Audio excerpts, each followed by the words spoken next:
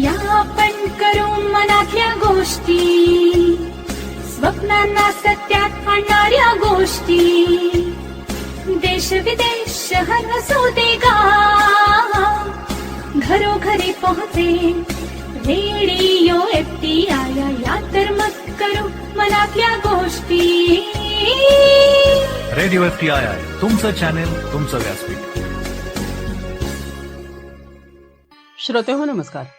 Radio FTI 90.4च्या स्टुडिओमध्ये मी नीता तुपारे आपल्या सर्वांचे मनपूर्वक स्वागत करते.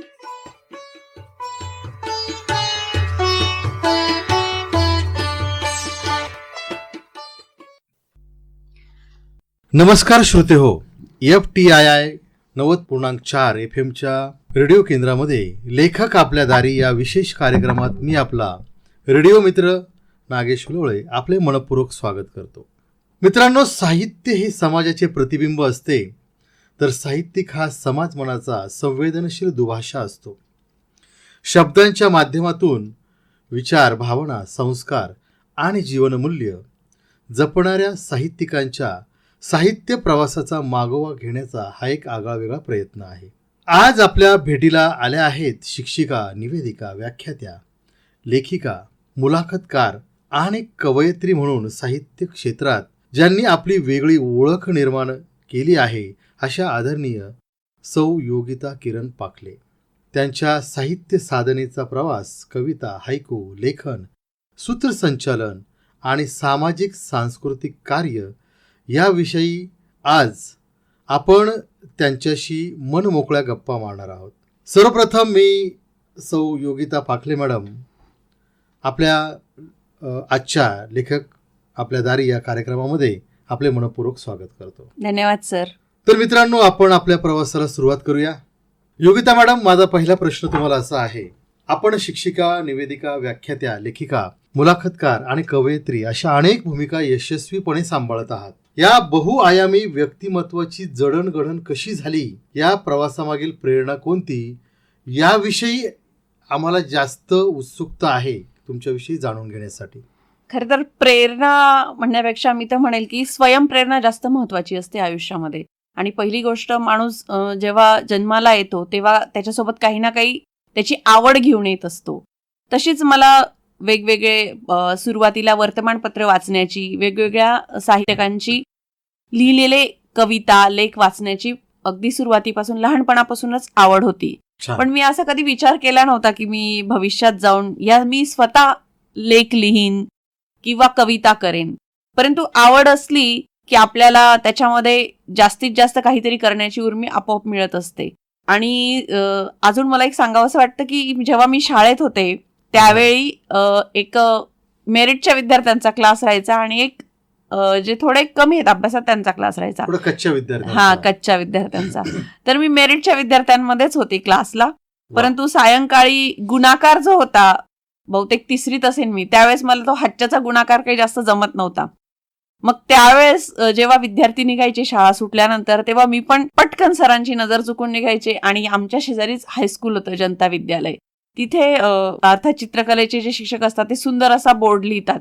मग त्याच्यावर सुविचार, चांगले विचारवंतांचे विचार ते लिहिलेले असायचे. आणि मग मी तिथे जायची, तिथे मी गुपचूप जायची सरांची नजर चुकवून आणि वहीमध्ये ते लिहायची, वाचायची आणि क्लास सुटायची वेळ झाली का बरोबर घरी जायची. म्हणजे मला आता जाणवतंय की मला ती आवड ही पहिल्यापासूनच होती. त्यानंतर पण मग मी वर्तमानपत्र होतं ते मी वाचायची. तिथे काही निवेदन यायचे की इथे तुम्ही निबंध पाठवा, तर लेख पाठवा, तर मी ते पाठवायची पोस्टाने.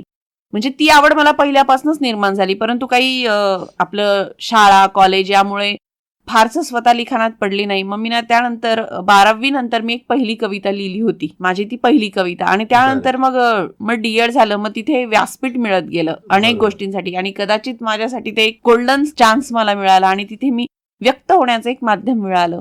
मग मी सूत्रसंचालन, निवेदन या गोष्टी माझा विकास होत गेला, जोपासल्या ह्या गोष्टी सर्व. आणि त्यानंतर मग मी सुरुवात केली तर मग आज तागायत मी थांबलीच नाही. आणि पुण्यात आल्यानंतर मला सगळ्यात पहिल्यांदा स्वर्गीय राजकुमार काळभोर, आता ते नाही आहेत, त्यांचं या माझ्या यशात खरं तर खूप मोठा योगदान आहे. त्यांनी मला अनेक व्यासपीठ उपलब्ध करून दिले. त्यानंतर मराठबोलीचे संस्थापक अध्यक्ष आदरणीय परमेश्वर उमरदंड सर यांनी मला अनेक संधी दिल्या. त्यामुळे मी निवेदन, मुलाखत आणि कविता सादर करण्यासाठी मला यांच्याकडनं व्यासपीठ मिळाले. खूप आणि छान. सगळ्यात पहिल्यांदा मला व्यासपीठ मिळालं कवितेसाठी. ते जैन धर्माचे होते. इथे शाळेमध्ये तरुणबाई खाटडिया हा. ते कवी संमेलन घ्यायचे. तर त्या कवी संमेलनात त्यांनी मला काही कवी संमेलनानंतर अध्यक्ष सुद्धा बनवलं अरे होतं. वा, खूप छान. म्हणजे मग अशी प्रेरणा मिळत गेली या खरं तर या व्यक्तींकडनं. आणि मला तर म्हणते, जेव्हा आपल्याला एखादी जखम होते ती सुद्धा आपली खूप मोठी प्रेरणा असते.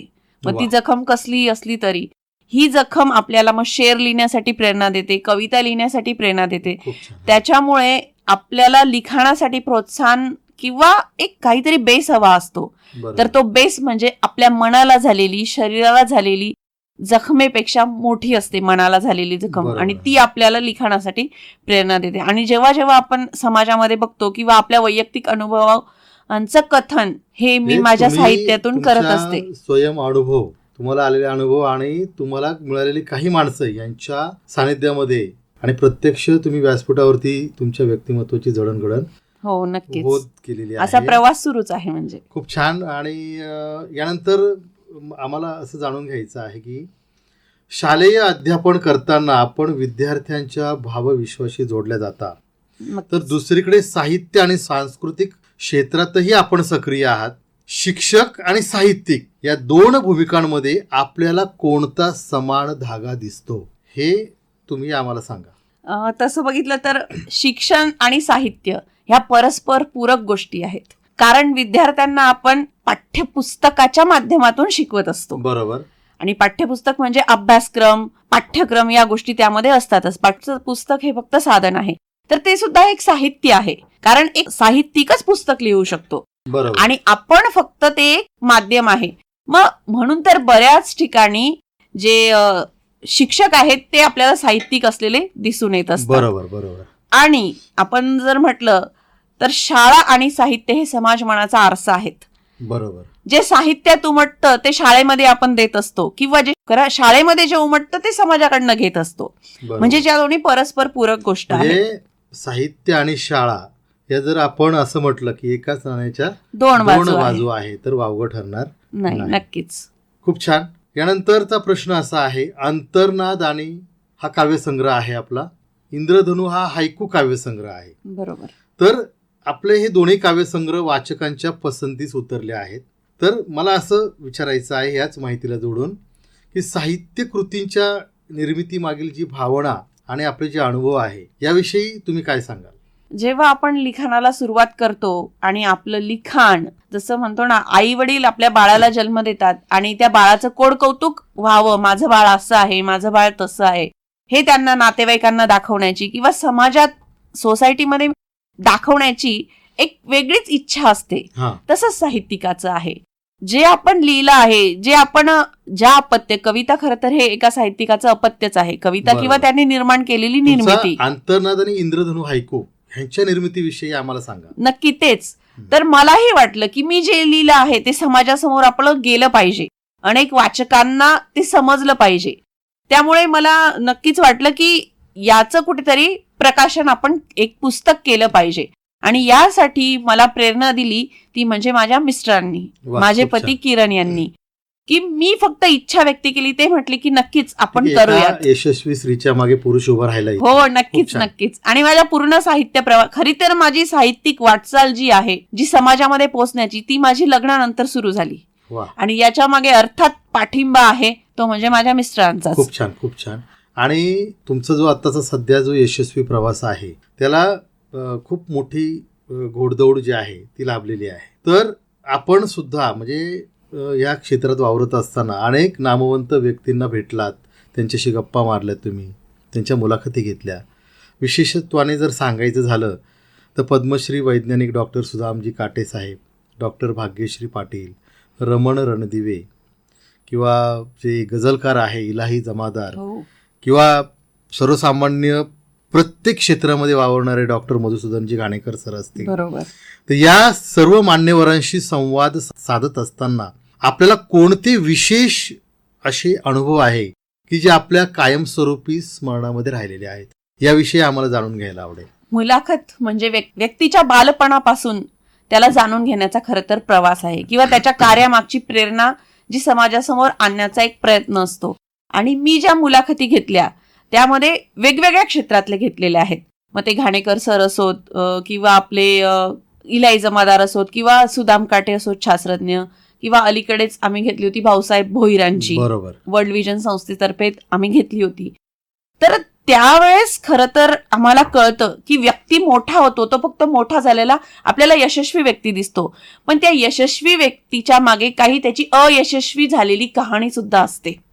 ती जाणून घेतल्यानंतर एक प्रेरणा मिळाली, त्या की गोष्टी जास्त जास्त स्मरणामध्ये राहिल्या की नाही, या व्यक्ती मोठ्या होण्यासाठी नक्की काय करत असतात, किंवा त्यांना कुठल्या कष्टाचा सामना करावा लागत असतो. असं एखादं काही उदाहरण तुम्ही सांगू शकाल कुठल्या हो, मान्यवराविषयी? नक्कीच सांगेल मी. आदरणीय नगरसेवक भाऊसाहेबजी भोईर जे आहेत, तर त्यांना त्यांच्या वडिलांनी घरातनं बाहेर काढून दिलं होतं अगदी कमी वयातच. मग त्यावेळेस त्यांना स्वयंप्रेरणेने त्यांनी जे राजकारणाचं किंवा राजकारण कमी आणि सांस्कृतिक जे काम आहे त्यांचं ते खूप मोठं आहे, की म्हणजे ज्यानंतर वडील आपल्याला जेव्हा बाहेर काढून देतात त्यानंतर तेच वडील हा माझा मुलगा आहे जेव्हा अभिमानाने सांगतात. हा खरं एक म्हणजे यशाचा काय म्हणूया आपण, एक तुरा आपल्या आहे शरीर, हो, नक्कीच. शिरावरती तो ठेवलेला आहे. असं खूप खूप छान.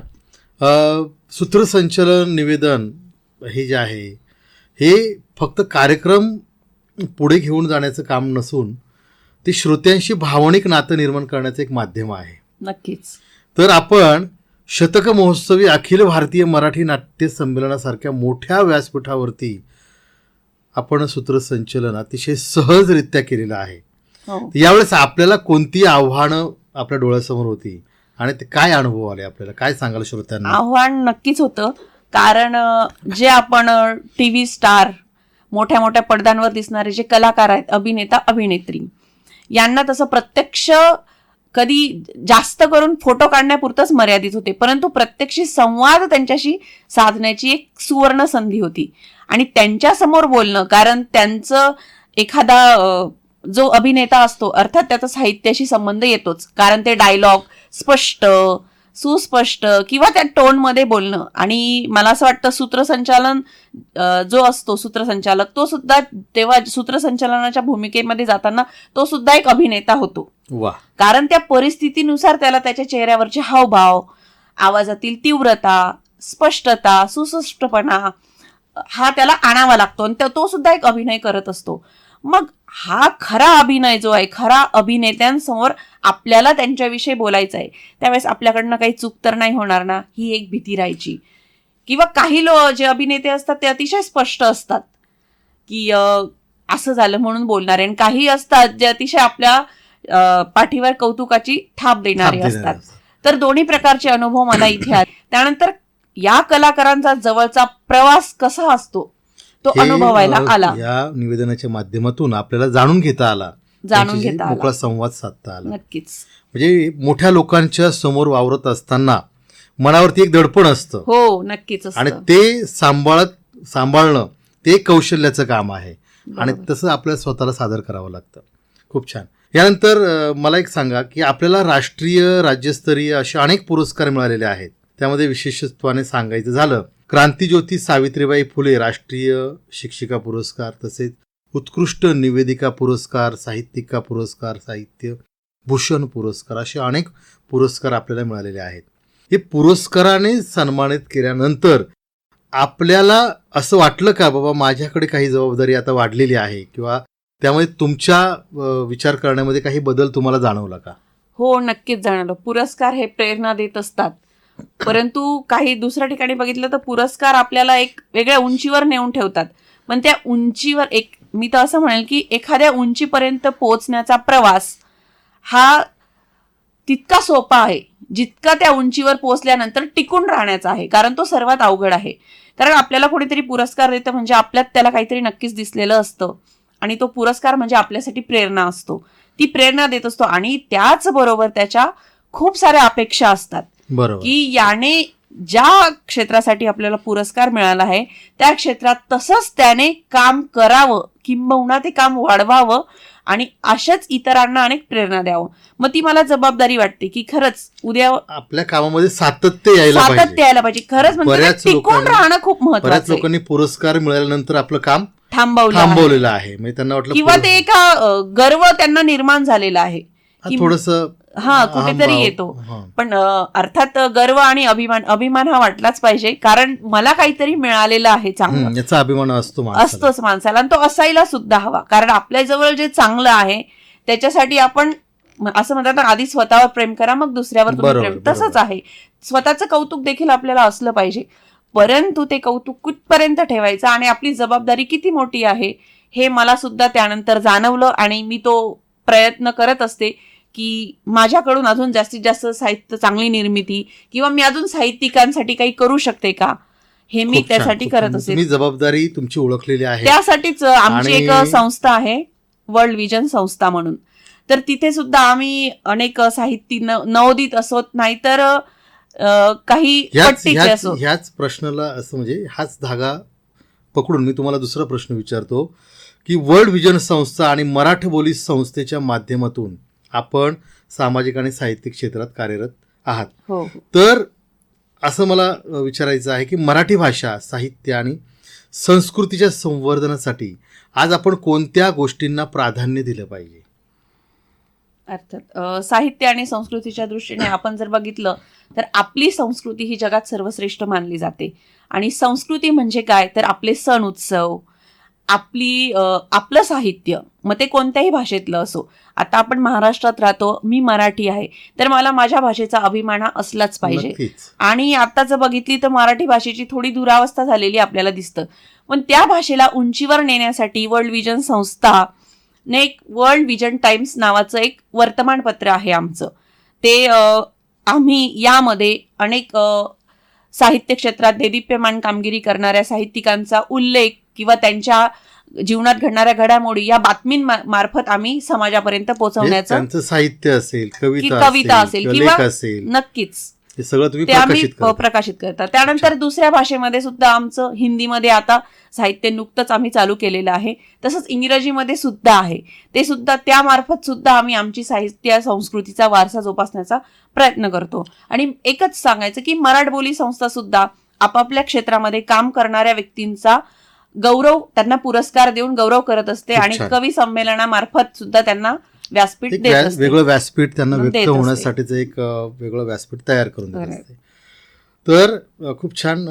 आपण अनेक काव्य स्पर्धा, वक्तृत्व स्पर्धा, साहित्यिक उपक्रमांमध्ये परीक्षक म्हणून कार्य करत असता.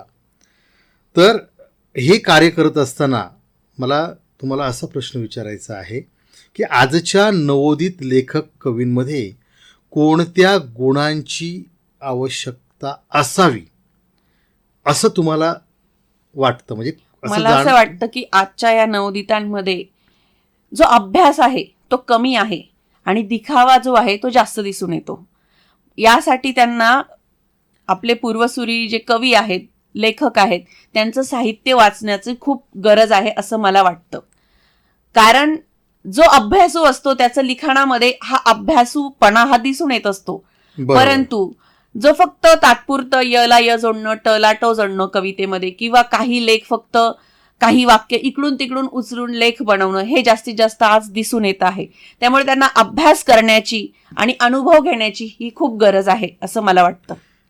हे त्यांनी थोडासा संयम ठेवून, नाही का, हो, हे नक्कीच. प्रसिद्धीच्या मागे न जाता स्वतःचा आत्मशोध घेऊन त्या पद्धतीने त्यांनी लिखाण केलं पाहिजे आणि पाहिजे. स्वतःची एक लेखन शैली त्यांनी वाढवली पाहिजे, डेव्हलप- विकसित केली पाहिजे. विकसित केले पाहिजे. खूप छान. आता आपण आगामी पालवी नावाचा आपला गीत अल्बम तुम्ही त्याचं प्रसारण करण्याच्या हो. म्हणजे तो प्रकाशनाच्या मार्गावरती आहे. साहित्य, संगीत आणि समाजकार्य याचा सुंदर संगम घडवणाऱ्या आपल्या भविष्यातील आणखी काही योजना आहेत का? तसेच आपल्या श्रोत्यांना तुम्ही काय संदेश द्याल? योजना माझ्या आहेत की माझे 3 संग्रह येऊ घातले आहेत. येत्या पुढच्या वर्षापर्यंत तो प्रकाशित करण्याचा माझा मानस आहे. एक म्हणजे बालकविता संग्रह, जो छान. बालकांचा मनाचा वेध घेणारा असेल. दुसरा म्हणजे मी आजपर्यंत अनेक व्याख्यानं दिलेली आहेत, तर व्याख्यानांचे ते विषय घेऊन एक मराठी वाचकांसाठी त्या त्या विषयानुसार त्यांना माहिती उपलब्ध होईल, किंवा विद्यार्थ्यांसाठी सुद्धा एक निबंध म्हणून ते एक पुस्तक येईल. ललित वेगवेगळ्या विषयांवर आधारित दिलेल्यांचं एक संग्रहित पुस्तक राहील. आणि दुसरं म्हणजे बाईपण, याचा एक सेपरेट काव्यसंग्रह काढण्याचा माझा विचार आहे. साहित्य तयार आहे. त्याचप्रमाणे अनेक क्षेत्रामध्ये अनेक मान्यवर काम करत असतात, परंतु ते प्रकाश झोतामध्ये नसतात. तर अशा लोकांना त्यांचं कार्य समाजापुढे आणण्यासाठी मुलाखतींच्या माध्यमातून मी त्यांचे विचार किंवा त्यांनी घेतलेले कष्ट किंवा ते काय काम करत आहात जे पडद्यावर नाही आहेत, पण पडद्याच्या मागे राहून सुद्धा एक विशिष्ट भूमिका त्यांची आहे, अशा लोकांना समाजासमोर आणण्यासाठी, प्रकाश झोतात आणण्यासाठी मुलाखती माध्यमातून मी हा प्रयत्न नक्कीच करणार आहे. आणि संदेश द्यायचा तर संदेश देण्या इतपत मी तरी इतकी अजून मोठी नाही, परंतु आपण जे कार्य करत आहोत, मग ते साहित्य क्षेत्रात असोत किंवा शिक्षण क्षेत्रामध्ये असोत, तर ते करत असताना आधी स्वतःला सिद्ध करण्यासाठी आधी आपण तयार असलं पाहिजे. म्हणजे तेवढा अभ्यास आपला असला पाहिजे साहित्य क्षेत्रामध्ये. साहित्य हे स्वतःच असेल आणि त्याच्यासाठी आपण संयम ठेवला तर आपल्याला यश नक्कीच मिळत असतं. आणि दुसरी गोष्ट, समाजाने सुद्धा जो काही नवीन करू इच्छितो त्याच्या मागे आपण पाठबळ दिलं पाहिजे, की पाठबळ हे पैशाच्या रूपात असेल नाही, तर त्याचं मनोबल आपण वाढवलं पाहिजे. तू जे काम करत आहोत ते खूप चांगलं आहे, यासाठी प्रोत्साहन हे आपल्याकडून दिलं जाणं खूप महत्वाचं आहे असं मला वाटतं. खूप छान मॅडम. माझा शेवटचा तुम्हाला प्रश्न असा आहे की आपला आगामी गीत अल्बम पालवी प्रकाशनाच्या मार्गावर आहे, त्याचप्रमाणे भविष्यामध्ये साहित्य, संगीत आणि समाजकार्य याचा सुंदर संगम घडवण्यासाठी आपल्या काही योजना आहेत का, याविषयी आम्हाला सांगा. आणि आपण आमच्या श्रोत्यांना काय प्रेरणादायी संदेश द्याल? हो, नक्कीच. पालवी अल्बम माझा प्रकाशनाच्या वाट्यावर आहे. ॲक्च्युली त्याचं रेकॉर्डिंग झालेलं आहे, तर व्हिडिओ रेकॉर्डिंगसाठी मी थांबलेली आहे.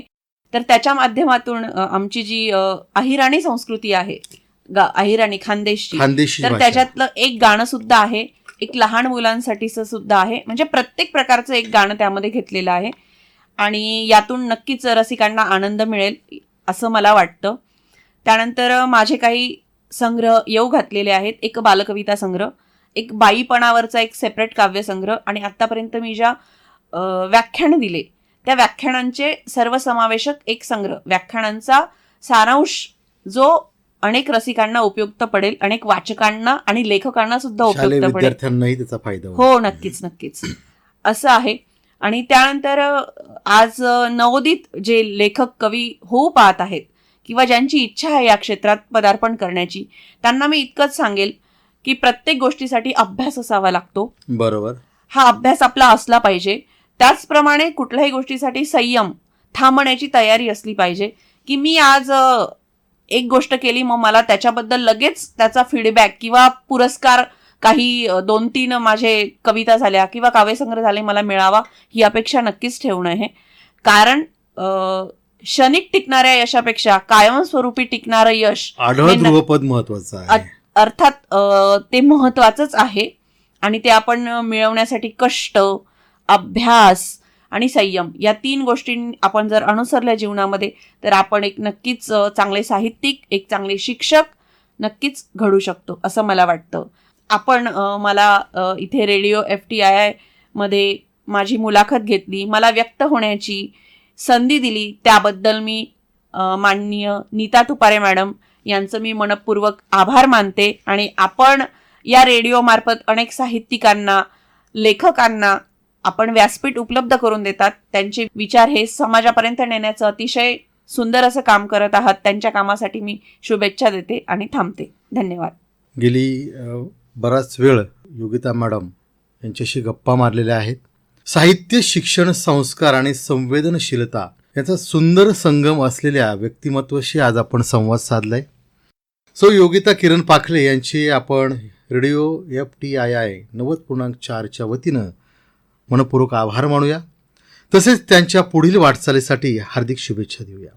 धन्यवाद सर. योगिता पाखले मॅडम, आजच्या या मनमोकळ्या संवादातून आपल्या साहित्यिक प्रवासाची, विविध अनुभवांची आणि संवेदनशील विचारांची सुंदर ओळख श्रोत्यांना झाली. आपल्या साहित्य सेवेचा आणि सामाजिक कार्याचा हा प्रेरणादायी प्रवास निश्चितच अनेकांना नवी दिशा देणारा ठरेल. आपण दिलेल्या अमूल्य वेळेबद्दल आणि हृदयस्पर्शी संवादाबद्दल आपले मनपूर्वक धन्यवाद. श्रोते हो, लेखक आपल्या दारी या कार्यक्रमात आज आपण एका बहुआयामी साहित्यिक व्यक्तिमत्वाशी संवाद साधलाय. हा कार्यक्रम आपल्याला कसा वाटला हे आम्हाला जरूर कळवा. पुन्हा भेटूया एका नव्या साहित्यिकांसोबत, नव्या साहित्य संवादासह. तोपर्यंत मित्रांनो, वाचन करत रहा, विचार करत रहा आणि ऐकत रहा FTII 90.4 FM रेडिओ. मी आपला रेडिओ मित्र नागेश शिलोळे आपला या ठिकाणी निरोप घेतो. पुन्हा भेटूया. नमस्कार. शब्दांचा सहवास, विचारांचा प्रवास, साहित्यिकांशी गप्पा टप्पा, लेखक आपल्या दारी. धन्यवाद.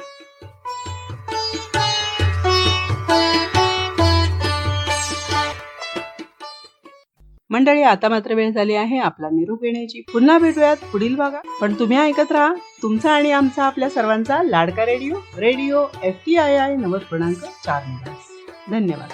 रेडिओ FTII तुमचं चॅनेल, तुमचं व्यासपीठ.